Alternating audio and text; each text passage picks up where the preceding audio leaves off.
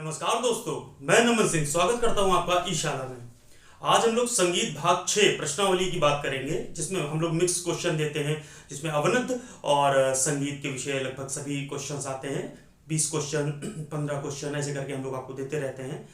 तो आज हम शुरू करते हैं। कुछ प्रश्नोत्तर हैं, कुछ हमारे दोस्तों को कुछ कंफ्यूजन हो जाती है। अच्छा, प्रश्न तो होते ही कंफ्यूजन के लिए है। चलिए करते हैं आज हम लोग हल। पहला प्रश्न लेते हैं संगीत भाग 6 की प्रश्नावली का, ठीक है। चलिए, पहला प्रश्न था उस्ताद अलाउद्दीन खां द्वारा निर्मित राग कौन सा है। बहुत सारे विद्वान रहे हैं जिन्होंने बहुत सारे राग बनाए हैं, उनमें से अलाउद्दीन खां साहब का राग है राग हेमंत, ठीक है। चलिए आइए चलते हैं अगले प्रश्न की ओर। संगीत सारामृत में कितने मेलों का वर्णन मिलता है। तो इस प्रश्नावली में मैंने इसी से जुड़े 2 प्रश्न दिए हुए थे। संगीत सारामृत किसका ग्रंथ है और इसमें मेल कितने हैं। तो जैसे कि सभी विद्वानों ने अपने तरह तरह के मेल लिए हैं। तो पहला मेल मैं बता दूं, जैसे कि लोचन ने 12 मेल लिए हैं और वेंकटमुखी ने जैसे कि 72 मेल बनाए थे। इस तरीके से मेल हमने संगीत सारामृत में हमारे जो हैं 21 मेल लिए हैं। किन्होंने लिए हैं, अगला प्रश्न जब इसी से जुड़ा हुआ आएगा तो हम वहां पे पढ़ लेंगे इसको। चलिए, दीप्ता जाति के अंतर्गत कितनी श्रुतियों को रखा गया है। आपको पता है जातियां होती हैं, उसके अंतर्गत ये कास्ट वाली जातियां नहीं है, सांगीतिक जातियां हैं ध्यान दीजिएगा, ठीक है। तो उसमें कितनी श्रुतियां हैं, 4 श्रुतियां हैं। 4 श्रुतियों को रखा गया दीप्ता जाति के अंतर्गत, ठीक है। चलते हैं अगले प्रश्न की ओर। राग विभास हमारा औड़ो औड़ो जाति का है, ठीक है, जिसमें 5-5 आरोह अवरोह में क्रमशः स्वर लगते हैं, तो वो औड़ो औड़ो जाति का हो जाता है, ठीक है, जैसा कि आप लोगों को पता ही होगा ये बात। चलिए आगे चलते हैं। धागावादी संवादी राग कौन सा नहीं है। देखिए, कभी हाँ में पता चलता है हमको प्रश्न, कभी नहीं। देखिए, मैं हमेशा ये बात बोलता रहता हूं कि कोई भी प्रश्नावली होगी तो उसके जो ऑप्शंस होंगे 4, या तो हमको ऐसे पता चले कि एक प्रश्न उसमें सही है, उसका उत्तर सही है, या हमको ऐसा पता चले कि 3 नहीं होंगे ये, तो जाहिर सी बात अपना एक सही हो जाएगा। तो इससे हमसे क्या होता है कि हमारे बहुत जुड़े ऐसे क्वेश्चंस तैयार हो जाते हैं। अगर हम पूछते इसमें से कौन एक है, तो एक बात होती है, प्रश्न पता चलता है, बाकी के 3 ना पता चलते किस किस वादी समाधि कैसे हैं। तो हम लोगों ने क्या कर दिया कि ध ग वादी समाधि हमको 3 राग मिल गए, हिंडोल, हमीर, देशकार। लेकिन आंसर क्या है इसका, वादी समाधि राग नहीं है। धागा का गुणकली राग का वादी समाधि धागा नहीं है, ठीक है। आइए, निम्न में से कौन सी ताल है जिसके सम का बोल 1.5 मात्रा है। बहुत कंफ्यूज होते हैं हमारे दोस्त, इस बात को हमेशा बोलते रहते हैं कि 1.5 मात्रा कैसे हो सकती है। लेकिन आपको अगर मैं बताऊं, मैं लिख के बता रहा हूं कि पहले तो बता देता हूं, झुमरा ताल है जिसका सम 1.5 मात्रा का है। लेकिन सम 1.5 मात्रा का है कि सम का बोल 1.5 मात्रा का, बात समझिएगा। देखिए, जैसा कि हम सबको पता है, झुमरा जो है विलंबित अति विलंबित ख्याल में गाई जाती है गायन के साथ में, प्रायः इसी में ज्यादातर यूज होती है, और ये होती है 14 मात्रे की, ठीक है। तो इसको देख लीजिएगा, इसका मैं 2 मात्रा लिख रहा हूं, उसी से क्लियर हो जाएगा। धिन धा,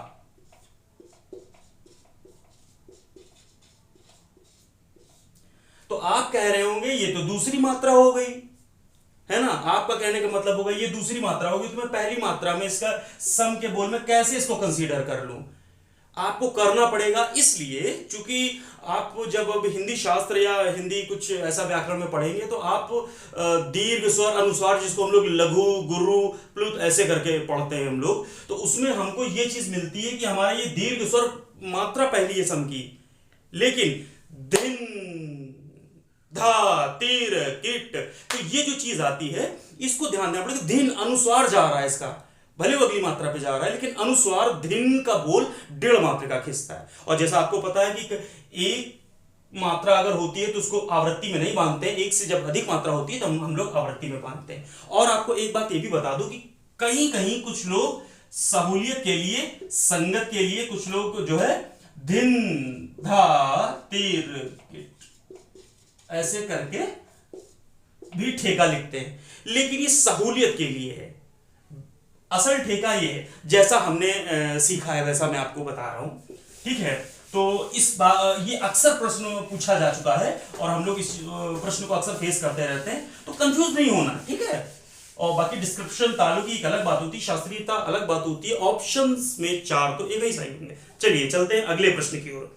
निम्न में से कौन सी ताल है जिसकी पहली मात्रा को खाली से दर्शाते हैं? आप सबको पता होगा खाली से किस ताल को दर्शाया जाता है। आपको मैं बता देता हूं, जैसे तिन, कभी कभी होता असंयुक्त बोल है, ये तो असंयुक्त भी बोल आता है, कभी कभी कंफ्यूज करने के लिए हम लोग को आ जाता है। तो हम लोग क्या करेंगे कि तीन जो होता है वो एक हाथ से बजता है, उसमें दोनों हाथ संयुक्त तो बोल हस्त नहीं लगते हैं, संयुक्त तो बोल नहीं होता है, तीन एक हाथ से बजता है। और आपको एक और ताल बता दे, ज्यादातर जो धमार जो क से बजता है, क, ठीक है।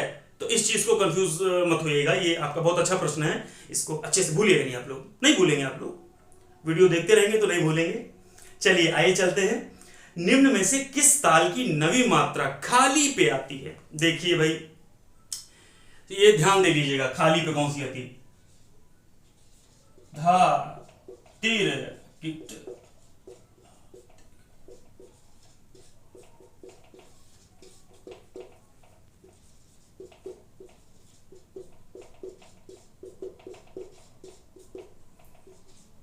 वो पूछा क्या है हमने? ता आता है नवी मात्रा पे। तो पहली मात्रा, दूसरी मात्रा, तीसरी मात्रा, चौथी मात्रा, पांचवी मात्रा, छठी मात्रा, सातवीं मात्रा, आठवीं मात्रा प्लस नवी मात्रा, ठीक है। ताल का नाम है तिलवाड़ा।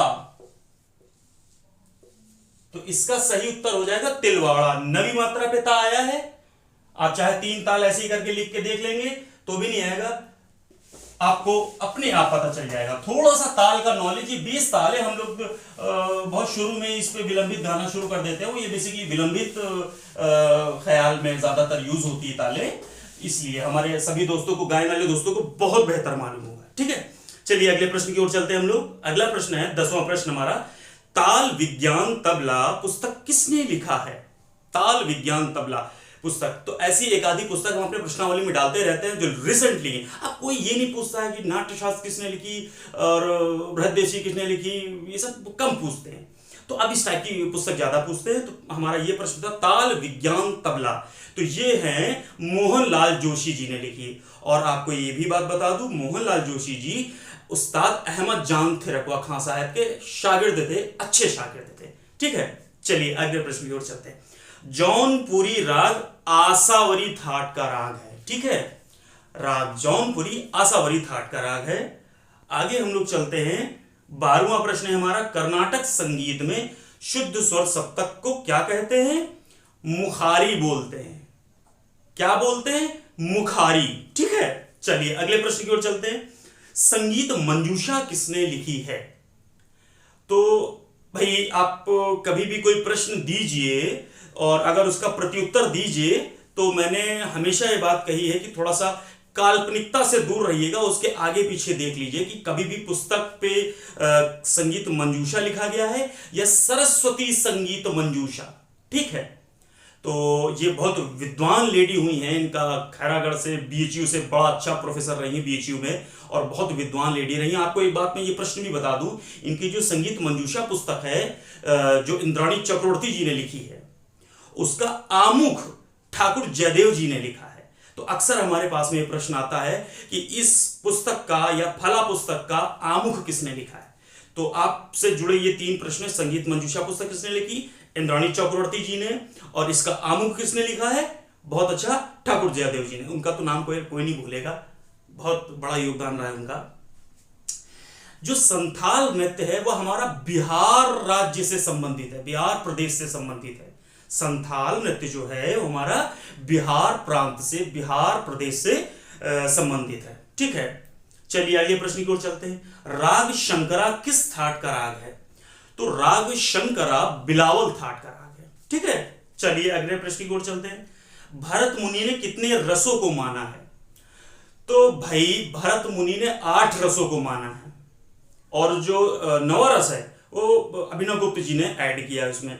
लेकिन वो कौन सा रस है जो भरत ने नहीं माना है? शांत रस भरत ने नहीं माना है। कि क्या? शांत रस, ठीक है।